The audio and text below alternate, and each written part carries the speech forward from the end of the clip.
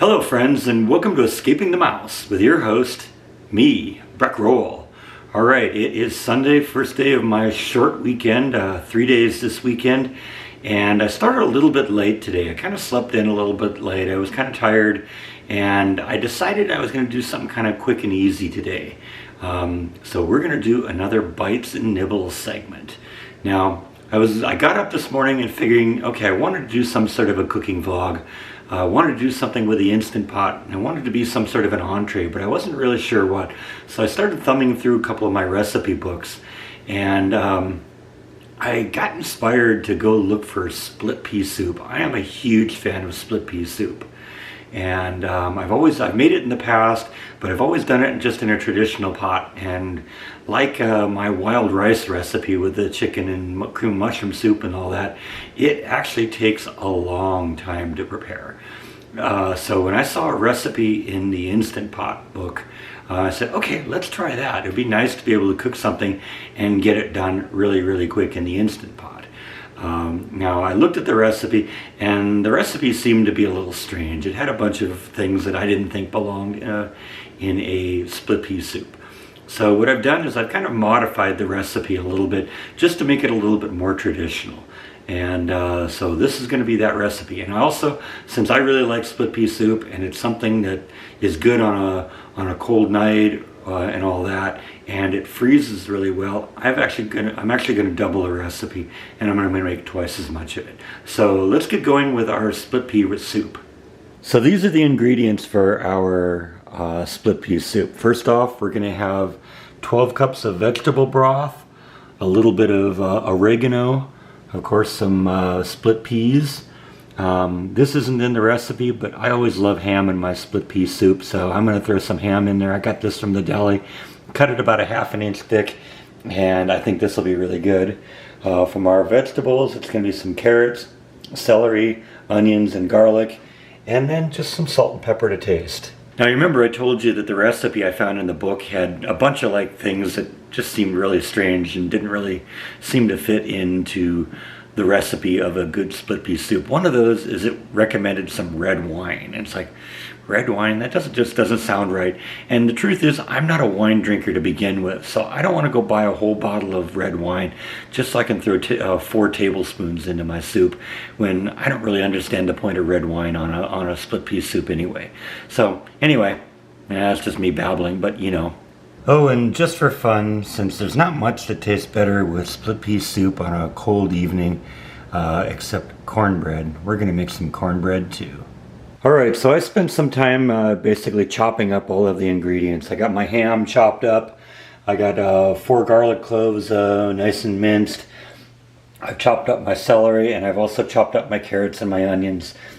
I'm keeping the carrots and the onions separate because they're going to be actually cooked together ahead of time, and then kind of everything else gets thrown in afterwards. So let's get going with this.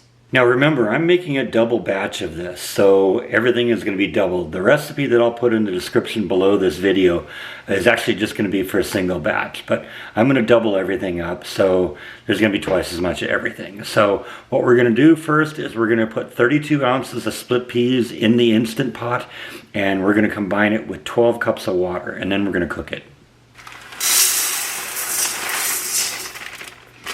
And normally I like to buy split peas in bulk, and I couldn't find it that way this time, so I had to get them packaged. But I had 2 16-ounce packages, so those are in there. And now let's throw in the water.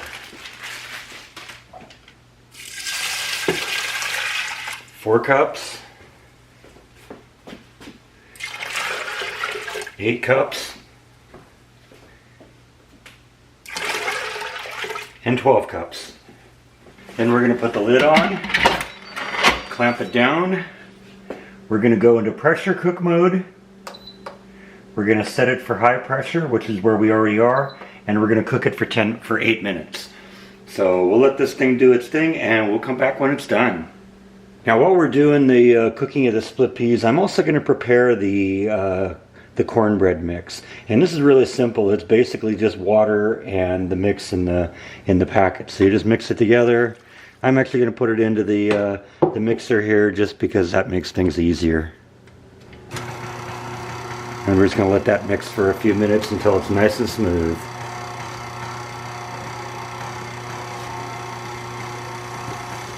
Now the recipe will work with either an 8x8 or a 9x13 pan. I don't have an 8x8 anymore.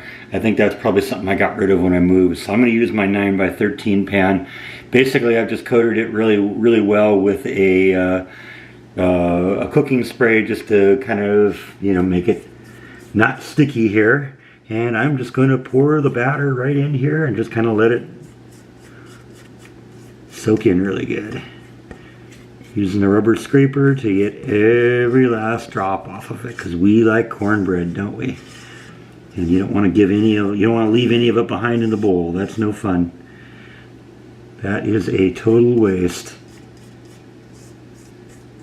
Now we're going to preheat the oven to 425 degrees.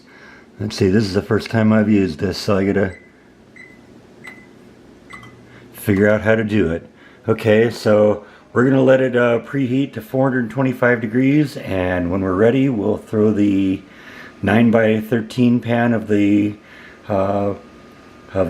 cornbread in there, and we're going to cook it for between 18 and 20 minutes. So while that's all happening, I'm going to do a little pool maintenance also. Even though I'm not using the pool right now because it's kind of cold, you still kind of have to keep on top of it. You got to keep it clean, you got to keep the chemicals in there. And one of the things I've noticed is that even though it is relatively cold, we're getting a fair amount of evaporation. So I'm actually throwing some more water into the pool also, because if the water level drops too much, the water will stop flowing into here and you'll burn out your pump. So even though I'm not using it, I got to keep it full. So that'll take about an hour to maybe raise it an inch, and I don't know, we may overfill it a little bit because there's no free water coming in the form of rain in any time soon. So we're just gonna kind of play it by ear. But what I do have a timer going this time, because in the past I start filling it and then walk away with it and walk away from it and then forget that I was working on it, and all of a sudden like 3 hours later I come out here and the thing's overflowing and we're flooding the backyard and all that. And I don't want to do that, because then I got to drain the water out of that, and if I forget to turn it off when I'm draining it, then it's too low again, then you got to put water into it. It's just it's a horrible cycle that I want to avoid if I can, because it's such a waste if you do it wrong. Alright, our 8 minutes have elapsed, and we're going to do a quick release of the split peas. Once again, when you do the quick release, keep your finger away from there. Keep anything away from there that you don't want to burn, because it's going to be really hot coming out of there. Alright, so now that we're completely vented, I've actually taken the peas soup out, put it into a colander just to let it rinse a little bit. We're going to let it drain. We're just going to put it aside for now. And we're going to move on to the next step, which is we're going to saute some of our vegetables, specifically our carrots and our onions. And while ham isn't actually on the recipe, I've included it in this recipe because, like I said, I like ham in my split pea soup. So I'm going to also include that in with the sauteing. So I'm going to start with a couple of tablespoons of olive oil. We're going to switch the Instant Pot into saute mode, which is right there. And we'll just kind of leave the timer as it is. It's going to heat up, and I'm just going to pour everything in here right now. Carrots and the onions, and the ham. And as that heats up, we'll just kind of keep that moving. Now we're starting to get to the point where it's starting to cook a little bit. It says cook it for about 5 minutes. But basically you want to cook it until the veggies start getting a little soft. And since there's a lot more in here than maybe normally, I'm going to just kind of play it by ear, and we'll cook it until it seems like it's ready. Alright, so it's been going now for a few minutes. I think it's starting to look pretty good. The carrots and the onions are starting to get soft. Everything's kind of heated up. Smells really good. Next thing I'm going to do is I'm going to put in some of my other ingredients. This is my oregano and my crushed black pepper. This is my celery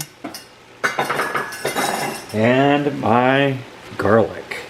You want to get that all in there, and we're going to kind of mix that in just for a short period of time. They say about a minute, so I'm going to actually stick to the rules on that one.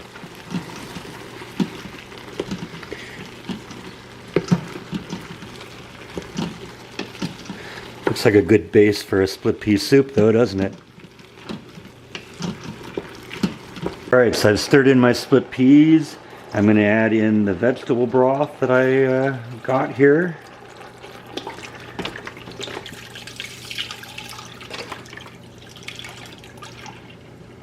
Here's one.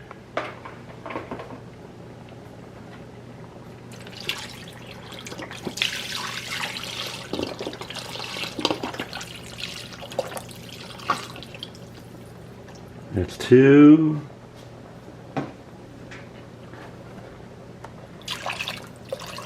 And here's three.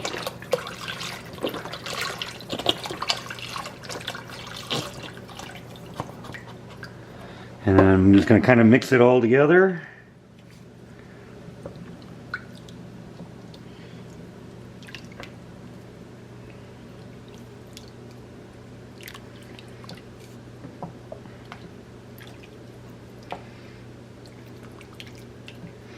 Probably wouldn't have wanted to triple the dose on this. Not sure that it would all fit in here.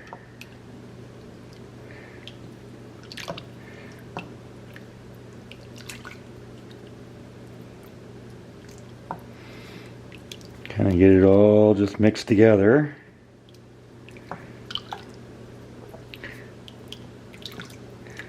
It's starting to look a little bit like a split pea soup now, right?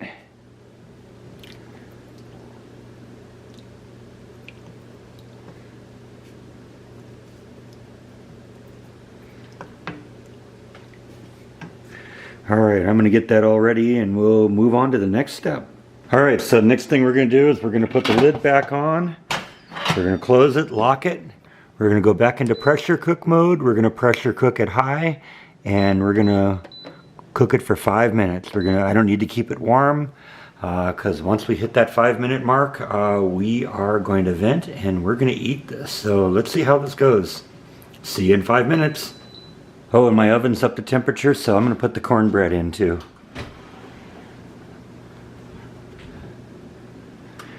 Like I said, we're going to cook it for 18 to 20 minutes. Alright, so the timer just went off on the oven for the cornbread. The cornbread looks and smells fantastic, so I can't wait to try that.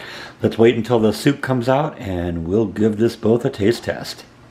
Alright, so we just finished venting, so let's get the cover off and see what we got. Now I gotta admit, this looks pretty good, but I usually prefer it to be a little thicker, but I bet you what'll happen is as I cook this a few times, I'll boil off some of that water and it'll definitely be thicker as we do that. So let's get a little of this into a bowl, and well, actually I'm gonna do a little taste test first because I want to see what I gotta do in terms of spices.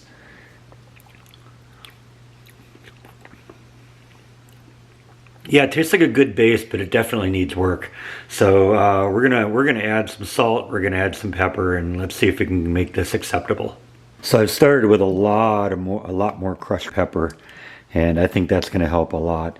I usually like to get the pepper in before we cook it because as it cooks, the pepper flavor kind of tends to permeate all of the food rather than just being hot chunks of pepper in the middle of it. But I think we're gonna let this kind of sit for a while before we pack it up, and hopefully at that point it'll get a little time to cook some of the flavor out of it. All right, so like I said, it took me a couple shots to get the flavor just right, but I think I got it pretty much nailed now. So let's give it our taste test here.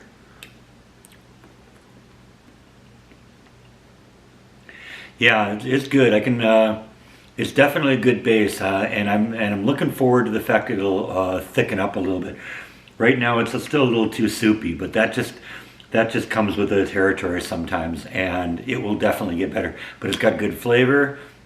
It's got just enough salt now so that you can actually taste the salt. It was really kind of bland tasting before, and I probably have to mix a little bit more black pepper into it. That's just my own taste, but that's something I can do on a case-by-case basis until I find the right balance.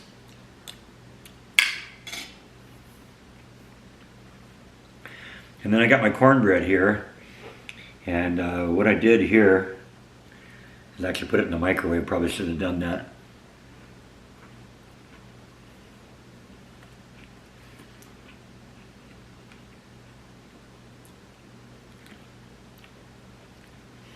but it's really good. Good. What I did, I put a little Texas honey and some butter on this, and it was a good combination. It's got a real nice sweetness, and it's like I said, it's a little crumbly right now because I put it in the microwave because it was ready a little before the soup was. But you know, I won't do that again, and it'll be fine. So, but it's really good.